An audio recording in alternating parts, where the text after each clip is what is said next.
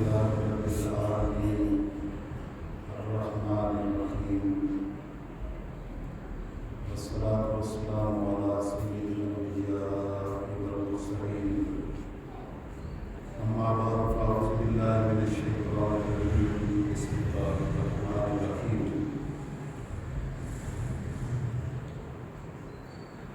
هدى للمتقين الذين يؤمنون بالغيب ويقيمون الصلاة ومما رزقناهم ينفقون صدق الله مولانا العظيم وصدق رسوله النبي الأمي الكريم ونحن على ذلك من الشاهدين والشاكرين والحمد لله رب العالمين. معزز حاضرین و ناظرین و سامعین، اللہ رب العزت کا بے ساتھ لطف و کرم اور فضل و احسان ہے کہ اس نے ہمیں ایمان کی دولت سے نوازا اور سید الانبیاء صلی اللہ علیہ وسلم کی امت میں پیدا فرمایا۔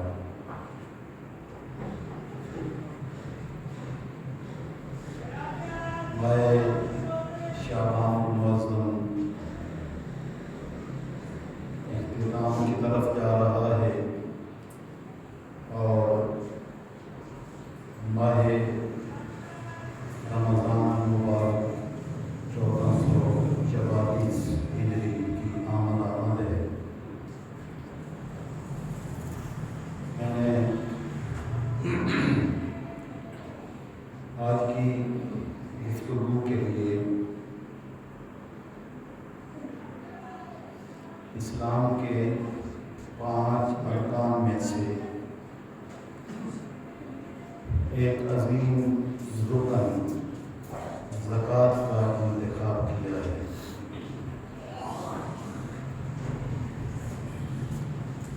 زکوٰۃ کیا ہے، اس کی ضرورت اور اہمیت کیا ہے،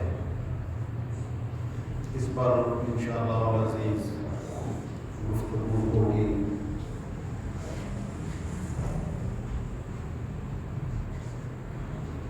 سید الانبیاء صلی اللہ علیہ وسلم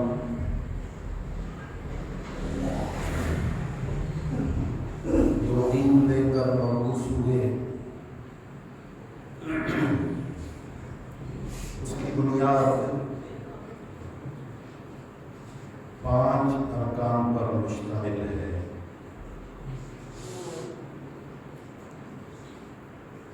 سید الانبیاء صلی اللہ علیہ وسلم کی بارگاہ اقدس میں ایک شخص حاضر ہوا۔ آقا علیہ السلام کی بارگاہ انور میں آپ کے گھٹنوں کے ساتھ گھٹنے ملا کر بیٹھ گیا اور ایک سوال کیا، مال ایمان یا رسول اللہ، یا رسول اللہ ایمان کیا ہے؟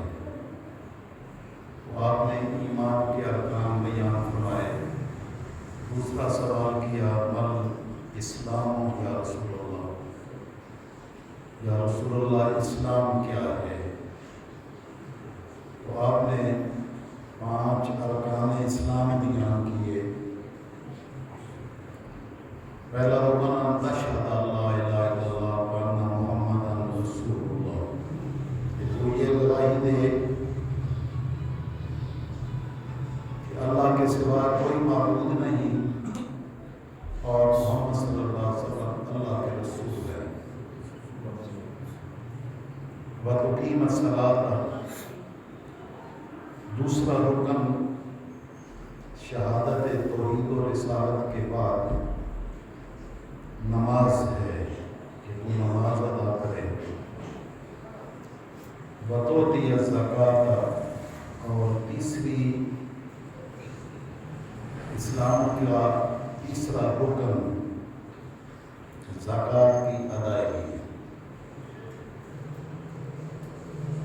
وتصوم رمضان،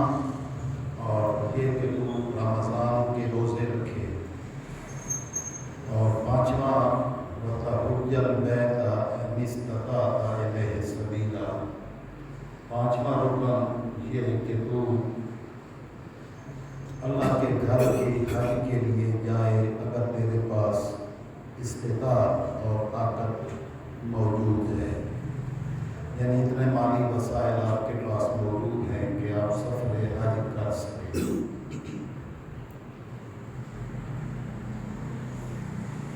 اسلام کے یہ 5 ارکان ہیں جن پر دین اسلام کی بنیاد قائم ہے۔ تو اللہ رب العزت نے کلام مجید فرقان حمید میں جہاں جہاں نماز کا حکم عطا فرمایا، حکم دیا، وہاں ساتھ زکوٰۃ کی ادائیگی کا بھی حکم ارشاد فرمایا۔ نماز انسان اللہ رب العزت کی بارگاہ سے تعلق جوڑتا ہے، اور زکوٰۃ اللہ رب العزت اس کے ذریعے بندے کا بندے سے تعلق جوڑتا ہے۔ اگر انسان اللہ سے تعلق جوڑے، بندوں سے تعلق توڑے، تو یہ مالک الملک کی بارگاہ میں یہ تعلق جوڑنا بھی قبول نہیں ہے۔ جہاں عبادت اللہ کی ذات کے ساتھ تعلق جوڑنے کا نام ہے، وہاں زکوٰۃ کی صورت میں اللہ کے حکم کی تعمیل میں بندوں کا بندوں سے تعلق جوڑنا بھی اسی طرح ضروری اور لازم اور فرض کیا گیا ہے۔ نماز بدنی عبادت ہے اور زکوٰۃ مالی عبادت۔ اللہ رب العزت چاہتا ہے کہ لوگ جن کو وسائل عطا کیے ہیں، سورسز دیے ہیں، اپنی نعمتوں سے نوازا ہے، مال و دولت دیا ہے، ذرائع معیشت دیے ہیں، وہ اللہ کی اس نعمت کو لوگوں میں بانٹیں۔ صرف خود ہی جمع کرتے کرتے لوگوں کے خون نچوڑ کر ان کی ضروریات کو روک کر سونے چاندی کے ذخائر جمع نہ رکھیں، بلکہ اس کو لوگوں میں بانٹیں۔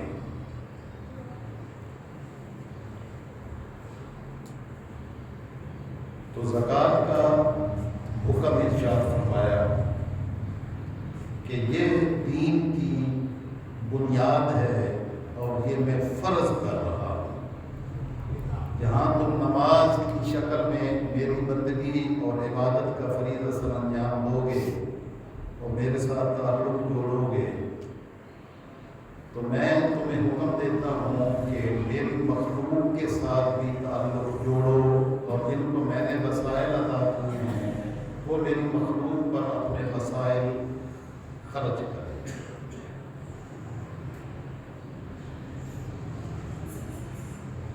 اللہ نے انسان کو مختلف بے شمار کروڑوں نعمتوں سے نوازا، تو انسان اگر صرف اپنی ذات کا سوچتا ہے تو ذات کے دائرے میں گم رہنے کو اللہ رب العزت اپنی بارگاہ میں قبول نہیں کرتا۔ جب تک کہ انسان کی نظر اللہ کی مخلوق کی طرف نہ ہو۔ میں نے مختلف خطبات میں یہ بات سمجھانے کی کوشش کی ہے کہ دین اسلام سراسر خیر خواہی کا نام ہے، بھلائی کا نام ہے کہ انسان کتنا دوسروں کی خاطر قربانی دینے کے لیے تیار ہو گیا۔ تو اللہ نے اپنے حقوق بھی رکھے ہیں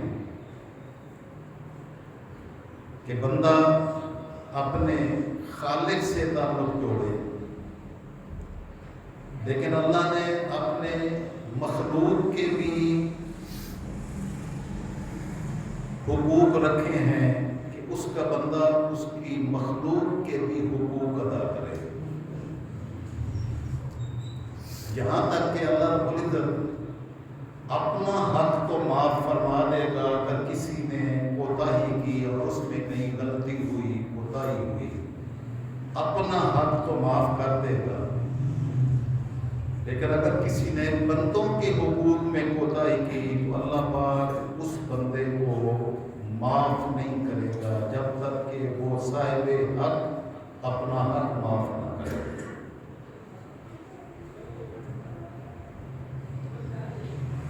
تو مال ہے، یہ مالک کی نعمت ہے، لیکن یہ نعمت کھانے والی نہیں ہے، یعنی سونا چاندی یہ مال ہے، تو یہ مال کھایا نہیں جاتا، اس سے ضروریات کو خریدا اور پورا کیا جاتا ہے۔ اس لیے جو لوگ اس کو جمع کر کے رکھیں اور یہ سمجھیں کہ ہم نے زندگی بڑی اچھی کر لی ہے، تو اس نے اپنی زندگی برباد کر دی۔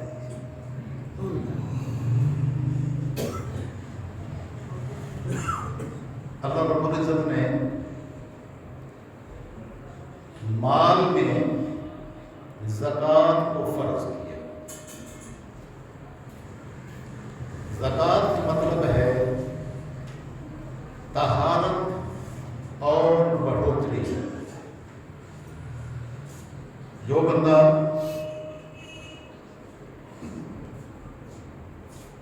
100 میں سے 10 خرچ کر دے تو دنیا کی کیلکولیشن میں وہ کم ہو جاتا ہے، لیکن اللہ رب العزت ارشاد فرماتا ہے کہ وہ بڑھ گیا ہے۔ بس یہی فلسفہ سمجھنا اہم ہے کہ کوئی چیز کم ہوئی ہے یا بڑی ہے، تو اللہ رسول کی نظر میں زکوٰۃ کی ادائیگی سے من میں طہارت اور پاکیزگی آتی ہے، اور مال بھی کم نہیں ہوتا ہے بلکہ مال بڑھ جاتا ہے۔ یہ بنیادی فلسفہ ہے۔ اس پر قرآن مقدس کی آیات مبارکہ کی روشنی میں تفصیل سے روشنی ڈالیں گے اور یہ حقیقت سمجھنے کی کوشش کریں گے قرآن مقدس کی آیات مبارکہ کی روشنی میں کہ ہم اپنے نظریہ کو، اپنے عقیدے کو، اپنی سوچ کو، اپنی فکر کو اللہ رسول کے سوچ اور فکر کے مطابق ڈالیں، کیونکہ ہم یہ سمجھتے ہیں کہ خرچ کرنے سے کمی آتی ہے مال میں، لیکن اللہ رب العزت ارشاد فرماتے ہیں کہ وہ کم نہیں ہوتا ہے، وہ بڑھ جاتا ہے۔ یہ حقیقت اگر سمجھ آ جائے تو خرچ کر کے من پر بوجھ نہیں ہوتا بلکہ دل خوش ہوتا ہے۔ یہی طہارت ہے۔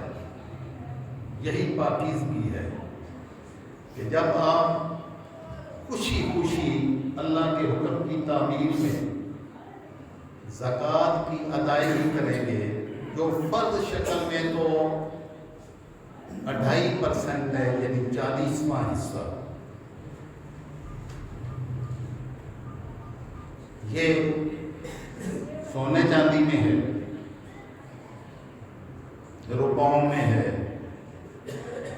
یعنی کرنسیز میں ہے، یہ بھی اللہ نے دیا ہے۔ بندہ اپنے ساتھ لے کے کچھ بھی نہیں آتا، جو کچھ ملتا ہے مالک بندے کو بعد میں بھیجتا ہے، اس کا رزق پہلے بھیجتا ہے۔ پہلے ہی مالک الملک نے سارے اہتمامات کر رکھے کہ ہم تمہیں کیا دیں گے۔ وہاں ادھر سے عالم ارواح سے یہاں جسم کو پیدا کر کے اس میں روح پھونکی، تو روح اور جسم جب اکٹھے ہوئے تو روح کی اپنی ضروریات تھی کہ وہ اللہ کی یاد کرے، جسم کی اپنی ضروریات تھی کہ وہ اس کو کھلائے پلائے۔ جسم کی ضروریات یہاں دنیا کے ساز و سامان سے پوری ہوتی ہیں، اور اس کے اندر بسنے والی روح کو غذا اللہ کی یاد سے نصیب ہوتی ہے۔ تو یہ ایک ایسا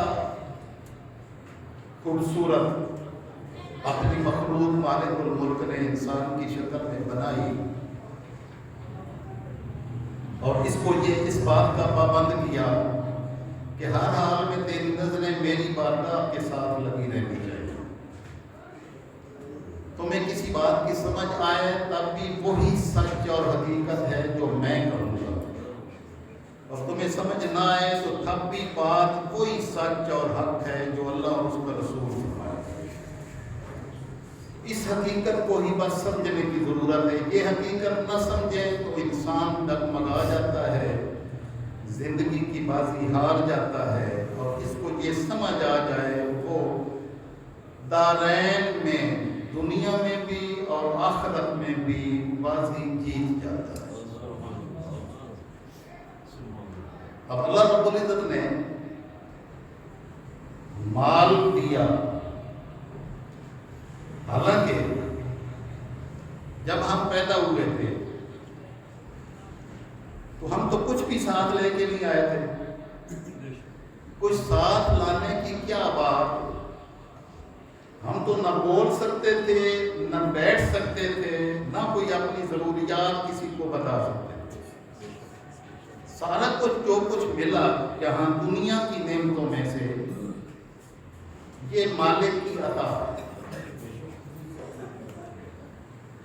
لیکن اللہ رب العزت نے اپنی عطاؤں کو اپنی حکمتوں کے ذریعے سے مختلف رکھا ہے۔ اب یہ نہیں کیا ہے کہ ساری دنیا کو ایک جیسی دولت، مال، نعمتیں ایک جیسی عطا کر دی، حالانکہ اگر وہ چاہتا تو ہر ایک کو ایک جیسے وسائل عطا فرما دیتا، یہ بھی ہو سکتا تھا، لیکن مالک الملک نے ایسا نہیں فرمایا۔ ایسا کیوں نہیں کیا؟ اس کی کروڑوں حکمتیں ہیں، لیکن اس میں سے ایک حکمت آپ کو سمجھا دوں کہ اللہ رب العزت تفاوت میں، مختلف شکلوں میں بندوں کو رکھنا چاہتا ہے، اور اسی کے ذریعے سے آزمانا چاہتا ہے کہ کوئی محروم ہو کر اس کے ساتھ تعلق اپنا کیسا جوڑتا ہے، اور کوئی نعمتوں سے مالا مال ہو کر اس کا تعلق اپنا اس کے ساتھ کیسے جوڑتا ہے۔ بس یہی دارالامتحان ہے، اور اگر ہر ایک کو وسائل ایک جیسے ملے ہوتے تو آپ کی گلیوں کی صفائی کون کرتا ہے؟ کچھ کوڑا اٹھانے والے ہیں. اگر ساروں کے پاس وسائل ایک جیسے ہوتے تو کوئی کوڑا اٹھاتا. کوئی مینیجر ہے تو کوئی محکوم ہے، اس کے ماتحت کام کرنے والا ہے. اگر سارے ایک جیسے ہوتے تو کوئی کسی کی بات مانتا، بلکہ مجھے کہتا کہ تم مجھے کون ہوتے ہو یہ کہنے والے، جتنا تیرے پاس ہے اتنا ہی میرے پاس بھی ہے. تو یہ نظام کائنات درہم برہم. تمہارے کو ملک نے اونچ نیچ رکھی، اس میں آزمائش بھی رکھی کہ کوئی بڑا ہو کے اپنے من میں کیا سمجھتا ہے کہ وہ بڑا کس نے کیا ہے. یہ اس کے من میں آتی ہے بات یا نہیں. اور کوئی چھوٹا ہے تو اس کو میری بارگاہ کے ساتھ تعلق جوڑ کے اپنے من میں سکون پیدا کرنے کی کیفیت نصیب ہوتی ہے کہ نہیں. تو مالک الملک دے کر بھی آزماتا ہے اور لے کر بھی آزماتا ہے. کئیوں کو کم دیتا ہے اور آزمائش کرتا ہے، کئیوں کو زیادہ دیتا ہے اور آزمائش کرتا ہے. لیکن آج کے دور میں آپ ابھی یہ نیٹ ہے تو اس پر آپ کو کلپ ہر طرف ملیں گے کہ یہ کر لیں تو اتنے پیسے آ جائیں گے، یہ کر لیں تو اتنے پیسے آ جائیں گے. سارا کا سارا آپ کو سسٹم صرف اسی پیسے کے حصول کی خاطر آپ کو ہر بندہ نظر آئے. یہ کوئی نہیں کہے گا یا توجہ ہی اس طرف کوئی نہیں ہوگی کہ میرے پڑوس میں جو میرے پڑوسی رہتے ہیں ان کو رات کا کھانا نصیب ہوا ہے یا نہیں، بلکہ صرف ہائے ہائے اپنا پیٹ بھرنا اس کے پیچھے لگا. اللہ رب العزت نے جو ہمیں دین دیا اس کی زکوٰۃ کی فرضیت کی شکل میں اپنا پیٹ بھرنا نہیں، دوسروں کا پیٹ بھرنا سکھایا.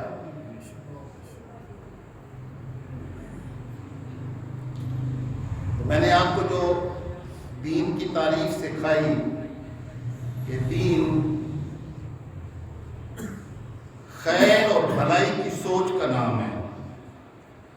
تو جو بندہ دوسروں کی خیر سوچتا ہو کہ مجھے تو اللہ پاک نے یہ نعمتیں عطا کی ہیں، میں ان نعمتوں میں دوسرے بھائیوں کو شریک کروں گا، تو اس کو تو خیر کی سوچ نصیب ہوئی. تو جس کی یہ خیر کی سوچ جس کو یہ میسر آ جائے وہ دوسرے کا خون نچوڑ سکتا ہے.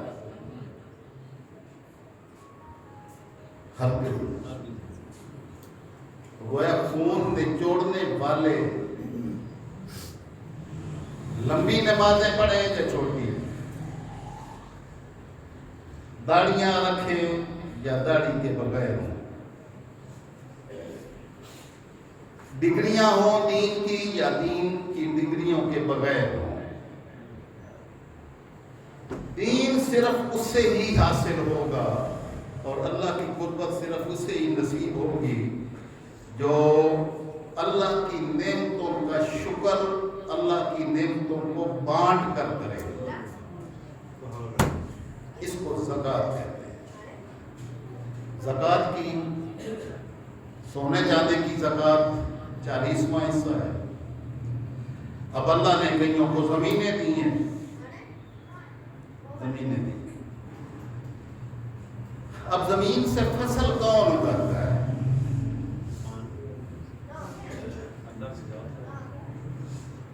کسان محنت کرتا ہے، لیکن بیج کس کے سہارے بولتا ہے؟ تو یہاں سے ہی بات سمجھ آ جائے گی. میں نے جو بتایا کہ اللہ رب العزت ارشاد فرماتا ہے کہ یہ اگر 100 میں سے 2.5 خرچ کر دیے تو دنیا کی کیلکولیٹر کہتے ہیں کہ 97.5 رہ گئے، کم ہو گئے. اللہ فرماتا ہے یہ بڑھ گیا ہے. زکوٰۃ ادا کرنے سے وہ مال کم نہیں ہوا بلکہ بڑھ گیا. اگر اس حقیقت کو اگر سمجھنا ہو کہ کم ہوتا ہے یا بڑھتا ہے، تو مالک الملک نے اس فلسفے کو، اس حقیقت کو ہماری آنکھوں سے مشاہدہ کروا کے سمجھایا ہے. جو باتیں سمجھ نہیں آتی تو مالک الملک نے ان کو مشاہدہ کے ذریعے سے سمجھایا. تو اس کی زکوٰۃ رکھی ہے. پہلے اس کو بات بتا دوں کہ جو بارانی زمینیں ہیں اس میں سے جو نکلتا ہے اس میں سے عشر ہوتا ہے، 10واں حصہ. اب وہ یہ سمجھے کہ میں نے 9 نہیں رکھنے ہیں، 10 کے 10 حصے رکھنے ہیں.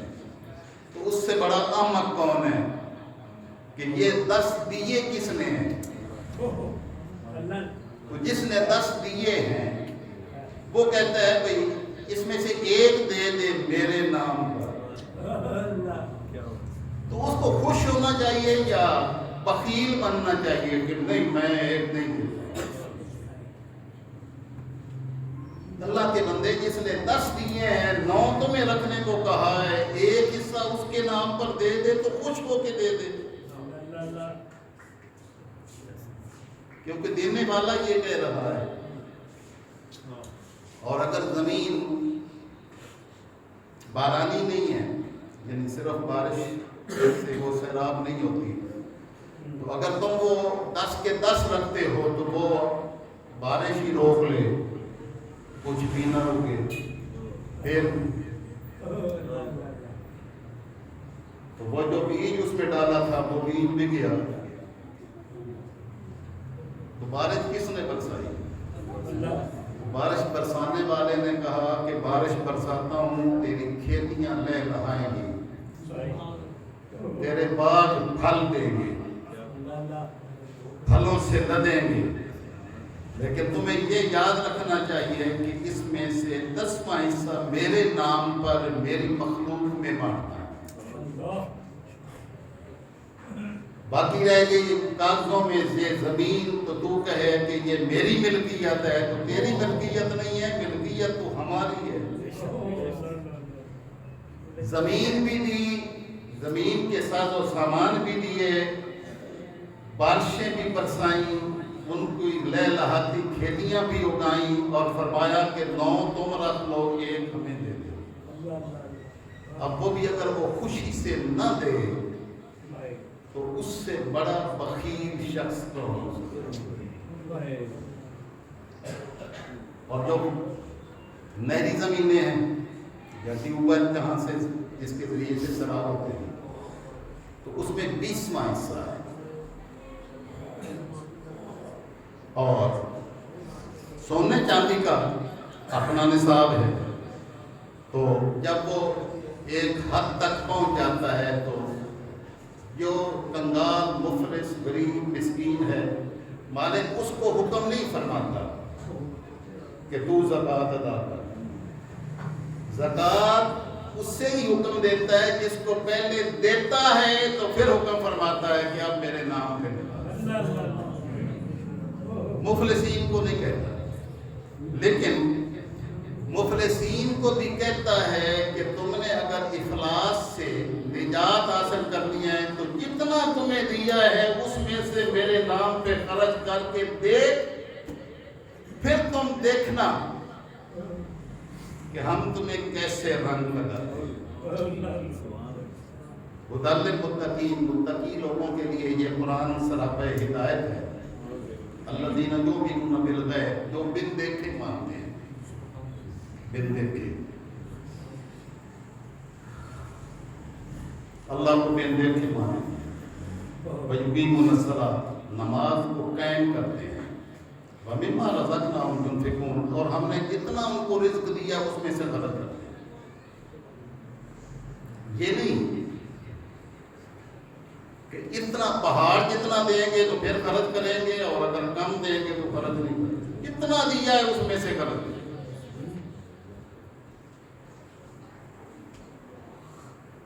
یہ مومنین کی نشانی ہے انفاق خرچ. تو خرچ کوئی کرے گا جس کو دوسروں کا احساس ہوگا اور مالک کے حکم کی تعمیر اس کے من میں رچی بسی ہوگی. مالک الملک نے کچھ انفاق کو فرضی رکھا کہ ہر صورت یہ تمہیں خرچ کرنا ہوگا. لیکن اگر کوئی اس نصاب تک نہیں بھی پہنچتا اور پھر بھی خرچ کرتا ہے تو مالک اس کو اور زیادہ نوازتا ہے. آقا علیہ السلام کی بارگاہ انور میں سالبہ حاضر ہوئے. عرض کی یا رسول اللہ صلی اللہ علیہ وسلم میرے لیے مال و دولت کی دعا کر. آقا علیہ السلام نے فرمایا کیا تم نہیں چاہتے کہ تم میری طرح بنو؟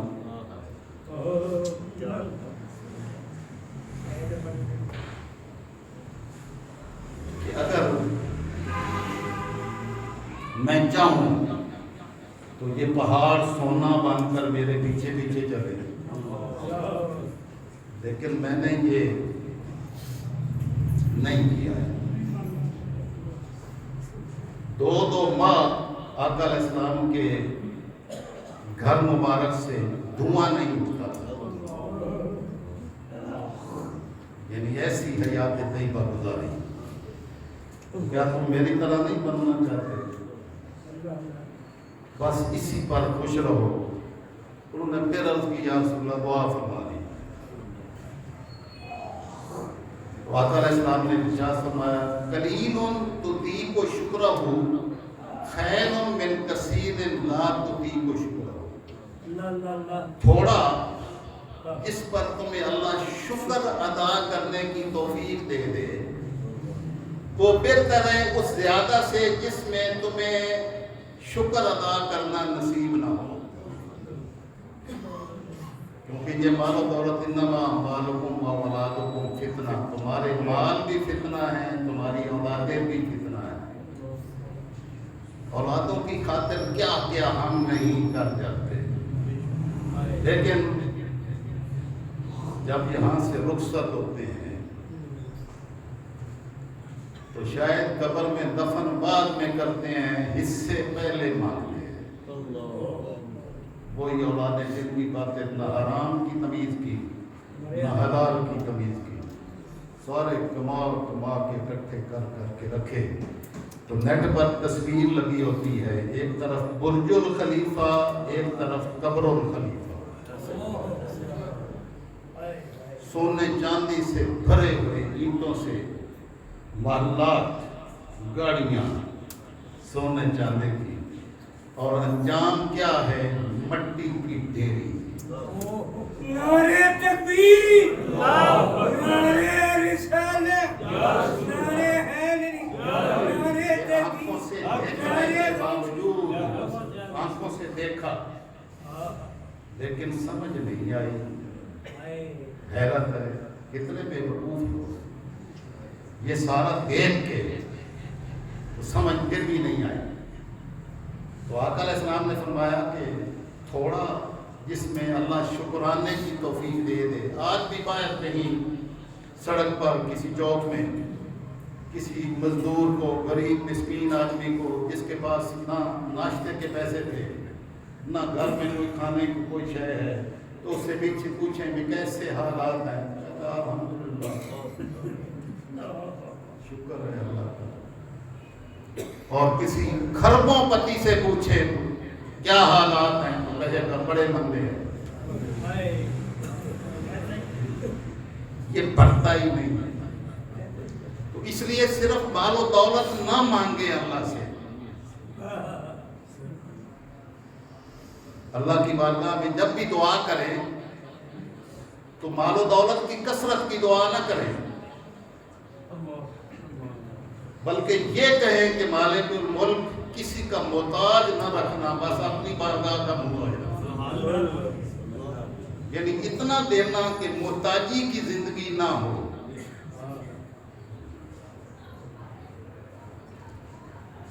اور ہمارے بزرگ کہتے ہوتے تھے دعا مانگتے تو مالک الملک لوڑ دی تھوڑ نہ دینا، یعنی جتنی ضرورت ہے نا بس اتنا عطا فرماتے رہنا اور کسی بندے کا محتاج نہ کرنا، بس یہی یہ مانگا کریں، لوڑ کی تھوڑ نہ دینا۔ تو اب جب بھی ضرورت پیش آتی اور وہ پوری ہو جائے تو بس یہ کافی ہے، کیونکہ جب زیادہ آ جائے تو پھر وہ بڑی مشکلات پیدا کر دیتا ہے۔ سالبہ نے کہا یا رسول اللہ دعا فرما دیں، آپ نے دعا فرما دی، تیسری مرتبہ جب کہا تو آپ نے دعا فرما دی، بس میرے نبی کی زبان سے یہ الفاظ نکلنے تھے کہ بس پھر وہ مال و دولت کی کثرت ہونا شروع ہو، بکریوں کی ریوڑ بڑھتے بڑھتے بڑھتے کوئی ریوڑ بن گئے۔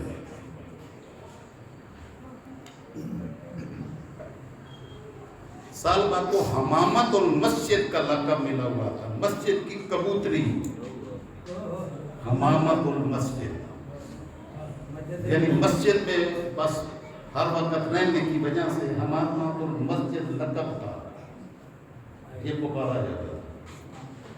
اب جب بھیڑ بکریاں اور ریوڑ ہو جائیں تو پھر حمامت المسجد رہے گا،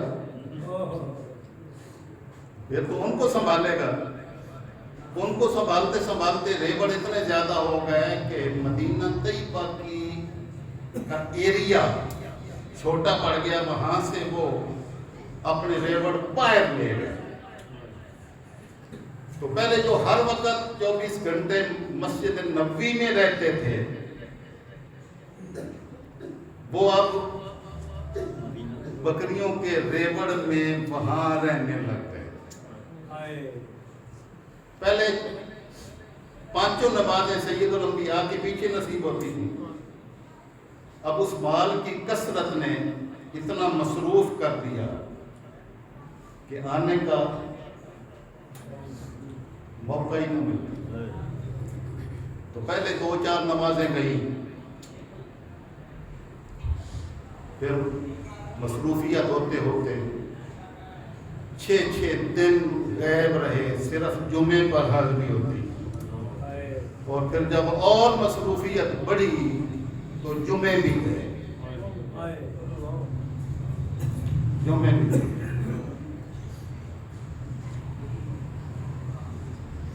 لیکن آپ کو معلوم ہے کہ یہ نفس کی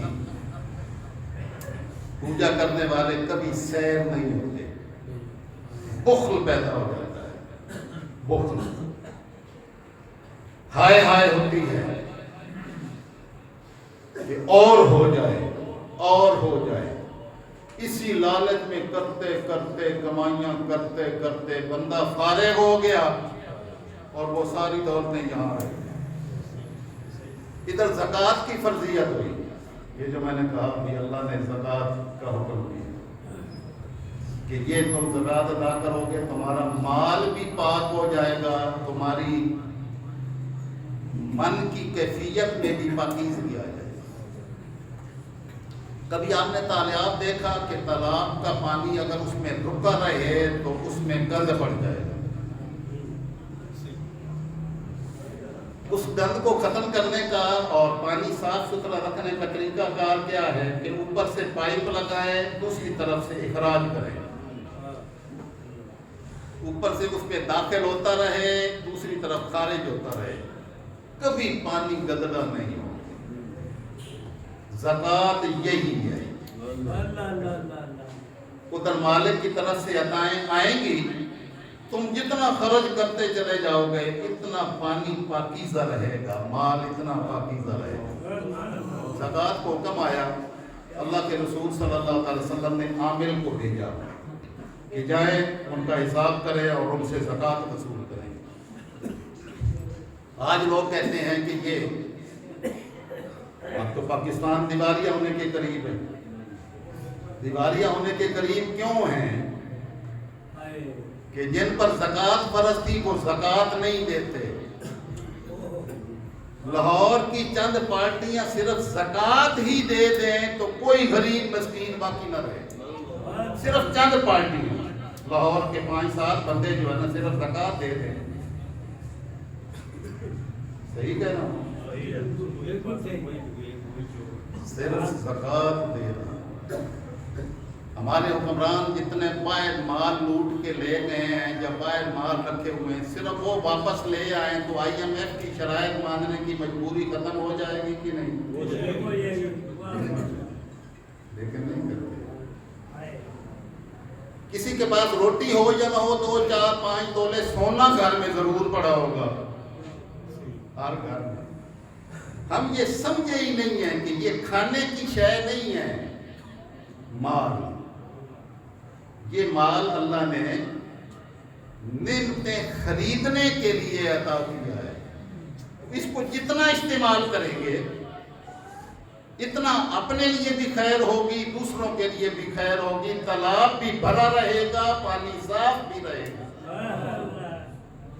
بات یہ سمجھنے کی ضرورت ہے۔ جب وہ گیا پہنچا وہاں پر بندہ مال کا حساب کیا تو وہ تو جس کے ہزاروں ریوڑ ہوں تو زکوٰۃ میں کتنے ریوڑ نکلیں گے؟ تو جب وہ زکوٰۃ کا حساب کیا تو وہ تو کئی ریوڑ بنتے تھے، تو وہ پیچھے جا لگا، کہنے لگا اتنا ٹیکس ہے، اتنا ٹیکس ہے۔ کہنے لگے آگے آپ ہو آئیں تو میں سوچ رکھتا ہوں۔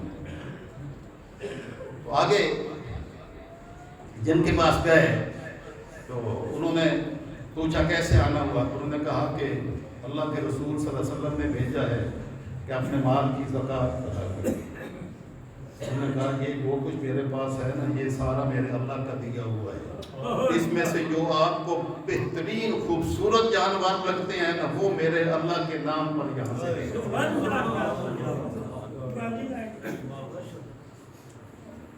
واپس آئے تو پھر ان سے آ کے کہا، انہوں نے کہا یہ تو بہت زیادہ ہے، میں سوچوں گا۔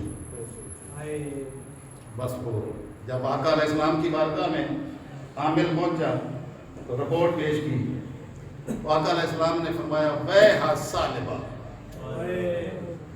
سالبہ ہلاک ہو گیا۔ وہ یاد ہی نہیں رہا کہ وہ جب دعا کے لیے کہا تھا کہ کچھ نہ تھا تو اللہ کے رسول کی بارگاہ میں کہا کہ دعا فرما دیں، اب آ گیا ہے تو اتنا ہو گیا ہے، اتنا کنجوس ہو گیا۔ فرمایا سالبہ تباہ ہو گیا۔ آقا علیہ السلام کے یہ ارشادات اس تک بھی پہنچ گئے۔ پھر وہ آقا علیہ السلام کی زبان انور سے نکلا ہوا لفظ اب اس پر دوڑا کہ یہ کیا ہو گیا، میں نے کیا کر دیا۔ وہاں سے مال لے کر آیا، دوڑتا ہوا آیا، لے کر آیا۔ اللہ کے رسول نے فرمایا تیرے مال کی اللہ کو ضرورت نہیں ہے۔ کئیوں کے مال اللہ پاک اس لیے ان کو خرچ کرنے کی توفیق سے معلوم کر دیتا ہے کہ اللہ ان کے مال کو اپنی بارگاہ میں قبول نہیں فرماتا، اور جن کو اللہ پاک نے یہ توفیق دے دی ہے وہ اس بات پر خوش ہو جائیں کہ مالک نے اس کی دے کر دینے کی بھی توفیق دے دی۔ یہ ہر ایک کو نہیں ہے۔ تو یہ زکوٰۃ یہ مالک الملک کسی محتاجی کی وجہ سے نہیں دیتا، ہمارے دل کو پاک کرنے کے لیے یہ حکم دیتا ہے۔ تو جو اس حکم کی تعمیل میں خرچ کرتے ہیں دل پاک ہو جاتے ہیں، بخل اس میں من میں رہتا ہی نہیں ہے۔ جب بخل نہیں رہے گا تو اس کو ذخیرہ اندوزی کی ضرورت نہیں رہے گی۔ وہ کہے گا میرے پاس اللہ کا دیا ہوا اتنا ہے، تو یہ اس مالک کا ہی تو دیا ہوا ہے۔ میں کل کلپ دیکھ رہا تھا آسٹریلیا کے ایک بہت بڑے سپر سٹور نے آسٹریلیا میں کافروں کے، انہوں نے سیل لگا دی کہ مسلمانوں کا رمضان کا مہینہ آ رہا ہے، تو انہوں نے سیل لگا دی ہر چیز پر 25% لیس، 25% مسلمانوں کو یہ اب کم قیمت پہ ملے گی تاکہ وہ اپنا رمضان، اپنی عبادت کا مہینہ بڑے آرام کے ساتھ گزارے۔ ابھی یہ کافر ہیں، یہ کافر ہیں، اللہ ان کو اجر دے گا لیکن دنیا میں دے گا، آخرت میں نہیں دے گا، کیونکہ آخرت کی نیت سے نہیں کر رہے ہیں۔ تو دنیا کی نیت ہے، دنیا میں کافر بھی دانا بوتا ہے تو فصل اگتی ہے، مسلمان بھی بوتا ہے تو اگتی ہے۔ تو دنیا کا قانون اور ہے، آخرت کا قانون اور ہے۔